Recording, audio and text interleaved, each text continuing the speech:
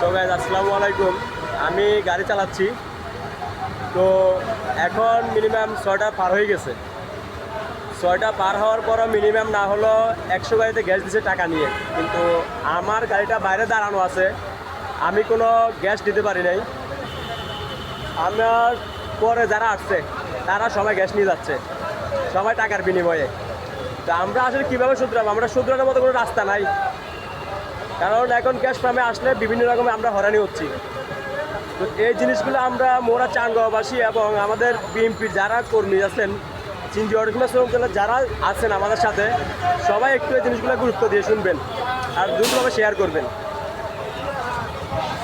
এখন বাজে সন্ধ্যা 7টা। এগুলা গ্যাস নিয়েছে অলরেডি, এখন 7টা বাজে, আর আমরা সাধারণ মানুষ হয়রানি হচ্ছি, টাকার বিনিময়ে সব কিছু হচ্ছে এখানে।